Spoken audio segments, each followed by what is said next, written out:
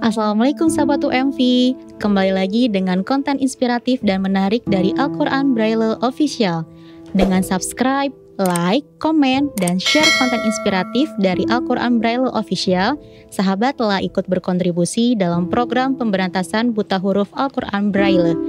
Mari kita simak video berikut ini.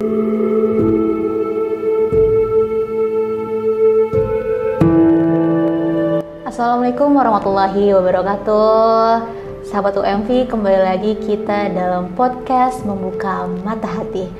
Di kesempatan ini kita akan ngebahas tentang perjuangan seorang tunanetra dalam menjadi sarjana. Nah, pernah nggak sih sahabat UMV ini melihat tunanetra yang sudah menjadi sarjana? Nah, saat ini saya sudah bersama dengan Teh Wiwin.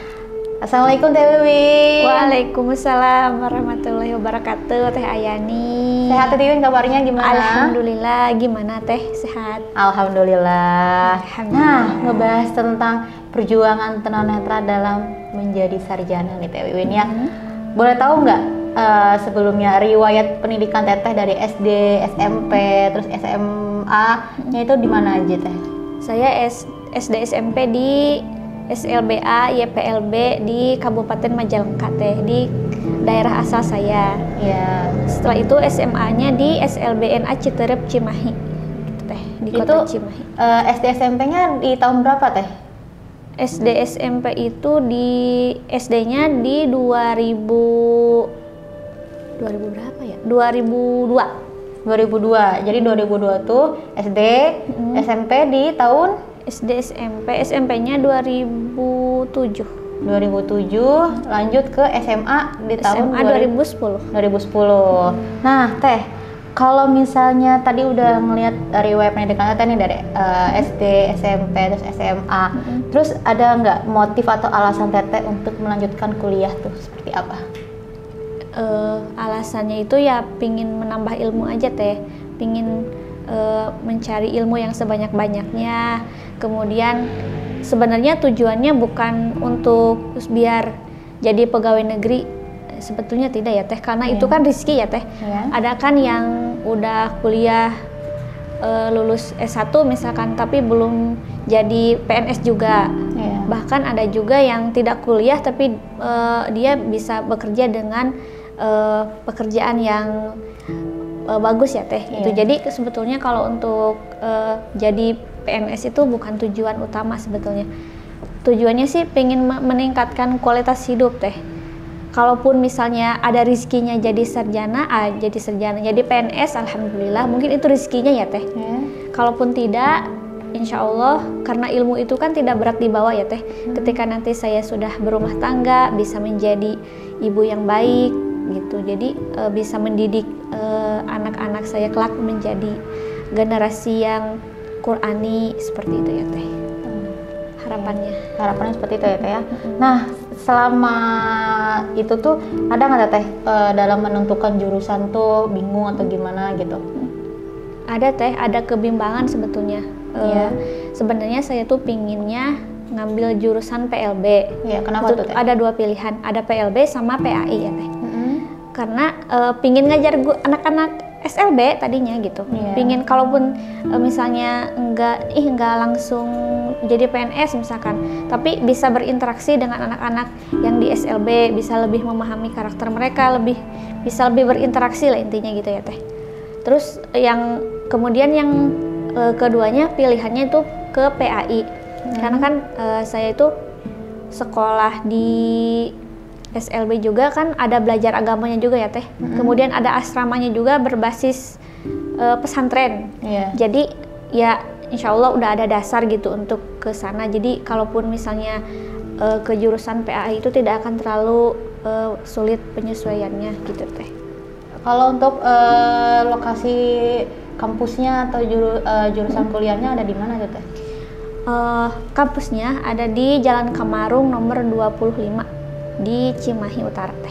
Nama kampusnya, perguruan tingginya? STAI Al Musdariyah. STAI Al-Musdariyah. Iya. Nah, selama Teteh dalam menentukan jurusan, kan tadi ada kebimbangan juga ya. Nah, pernah nggak ada tantangan yang dihadapi Teteh saat ingin melanjutkan kuliah itu seperti apa gitu? Ada Teh, ketika saya lulus SMA, Ya. kan keluarga saya juga ya maksudnya tuh dari menengah ke bawah ya Teh. Kalaupun misalnya kuliah, kan biasanya biaya hidup sehari-hari itu lebih banyak ya Teh daripada kuliah. Misalkan untuk transport, untuk makan, belum lagi misalkan kalau ngekos untuk bayar kosan. Nah itu tuh biasanya tuh lebih besar biaya sehari-hari daripada biaya kuliah. Nah waktu itu saya juga bingung, gimana ya pengen kuliah tapi kalau misalnya ngekos atau ya tinggal di luar gitu ya Teh, keluar dari asrama itu kayaknya tidak memungkinkan gitu. Terus saya ceritalah sama ketua yayasan di tempat saya tinggal di asrama ya Teh. Saya cerita, ibu gimana ya, saya pengen kuliah tapi kayaknya kalau untuk ngekos saya juga kesulitan. Kata ibu, ya udah kalau kamu mau kuliah kamu boleh tinggal di sini, tinggal di asrama sambil kuliah gitu, dengan catatan kamu bisa membimbing adik-adik ngaji gitu. Jadi nggak cuman tinggal aja tapi ada kontribusi juga yang kamu lakukan untuk adik-adik di asrama ini, katanya gitu. Alhamdulillah jadinya saya masuk kuliah itu ya tinggal di asrama Teh. Jadi alhamdulillah untuk makan dan biaya tinggal itu tidak bayar Teh gitu. Jadi nah biayanya bisa dipakai untuk ke kampus gitu Teh, untuk bayar kuliah. Iya. Bersyukur banget ya, Masya Allah. Nah kalau untuk Teteh masuk ke kuliah itu di tahun berapa itu Teh? Kuliah itu di tahun, sebenarnya sempat berhenti dulu sih Teh. Jadi kuliah itu tahun 2016. Tahun 2016. Oh, berarti nggak jauh beda sama aku. Aku masuk di tahun 2017, jauh beda setahun aja betul. Ya. Iya. Nah, Teh setelah tadi udah tantangan yang Teteh hadapi gitu ya. Mungkin itu apa ya yang jadi sebuah pertimbangan dalam diri Teteh juga ya, karena kan mungkin lihat background juga kan, kondisi keuangan juga kan, lokasi juga mungkin ya, yang betul. Tidak apa yang memang sulit untuk dialokasikan gitu ya. Nah kalau sekarang nih buat teman-teman tunanetra yang atau teman-teman yang lainnya yang lagi nonton podcast kita hari ini, ada nggak Teteh ingin menyampaikan pesan untuk sahabat-sahabat yang masih bimbang dalam melanjutkan kuliah atau tidak? Ya bagi teman-teman yang ingin melanjutkan kuliah, insya Allah kalau kita punya kemauan, insya Allah pasti ada jalan gitu Teh. Karena niat baik, insya Allah pasti ada jalan yang terbaik. Karena saya juga awalnya bingung ya Teh, apakah saya bisa ya kuliah gitu? Mungkin gak sih kuliah gitu kan? Kalau menurut sebagian orang kuliah itu kan banyak tantangannya ya Teh. Iya betul. Gitu. Seperti halnya juga saya waktu di asrama itu memang kan yang lain tidak di asrama ya Teh. Yang lain kan di luar. Terus saya di asrama. Itu juga ada beberapa teman-teman yang mungkin wajar ya Teh, ketika mereka merasa katakannya itu cemburu sosial ya Teh. Kenapa sih saya tidak boleh di asrama setelah lulus SMA, kemudian Wiwin boleh? Kenapa? Itu kan pasti jadi pertanyaan ya Teh. Wajar lah ketika mereka berprasangka seperti itu gitu.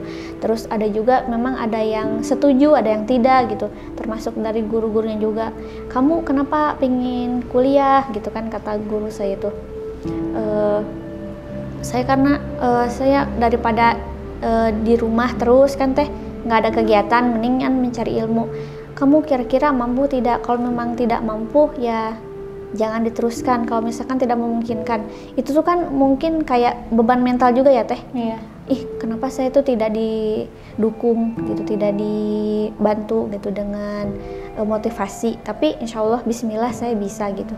Alhamdulillah sekarang akhirnya bisa.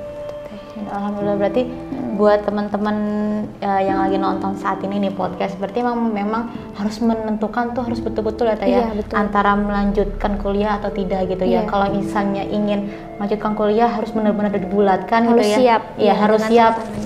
Pasti ada resiko gitu kan, ada perjuangan dan ada hal yang harus dikorbankan gitu ya. Betul. Berarti memang dalam hal pendidikan kita juga sebenarnya berhak ya Teh ya, baik orang awas maupun tunanetra itu berhak dalam mengenyam pendidikan setinggi-tingginya gitu tanpa terkecuali ya Teh ya. Bahkan ada beberapa tunanetra yang sudah menjadi doktor ya Teh ya. Iya, ada. Iya, Masya Allah. Berarti memang di hidup ini itu tidak ada pengecualian, tidak ada seharusnya gitu ya, tidak ada tindakan-tindakan yang mendiskriminasi seseorang gitu ya. Padahal semuanya itu memiliki akses dan memiliki kesempatan yang sama gitu ya. Nah Teh, jika podcast ini sangat-sangat menginspirasi teman-teman yang lagi nonton saat ini nih ya, gimana Teh biar teman-teman semakin semangat nonton podcast Membuka Mata Hati? Caranya gimana? Jangan lupa untuk subscribe, like, share, dan komen channel kita Al-Quran Braille Official. Jangan lupa untuk selalu bunyikan loncengnya biar sahabat selalu mendapat notifikasi terbaru dari program-program inspiratif Al-Quran Braille Official. Saya Ayani. Saya Wiwin Widaningsih. Kami berdua mohon pamit. Wassalamualaikum warahmatullahi wabarakatuh.